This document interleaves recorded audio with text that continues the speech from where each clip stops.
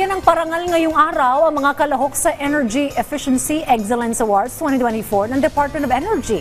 Si Vel Custodio sa detalye live. Vel? Rise and Shine Dayan, paparangalan ngayong araw ang ilang mga kalahok sa Energy Efficiency Excellence Awards 2024 ng Department of Energy dito sa Makati Diamond Residences.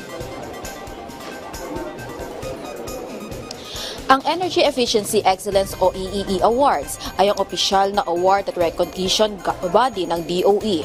Para ngayong taon, nakatakdang parangalan ang mga kalahok sa mga kategorya ng EEE Awards for Energy Management and Industries and Buildings, EEE Awards for Government Entities at EEE Special Awards.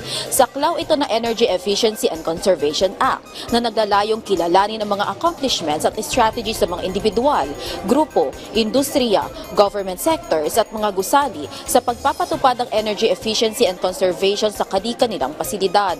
Layunin ng EEE Awards na hikayatin ang pagpapatupad ng efficiency energy system sa lahat ng uri ng mga gusali, kabilang ang mga pasilidad ng pamahalaan.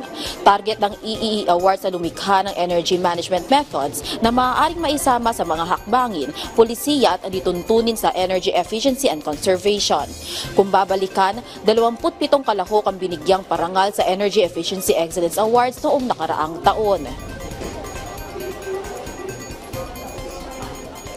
Dayan, mamaya inaasahang magpapaabot ng mensahe sa Pangulong Ferdinand R. Marcos Jr. at susundan naman ng keynote message ni DOE Secretary Rafael Lutilla. Balik sa iyo, Dayan. Maraming salamat, Vel Custodio.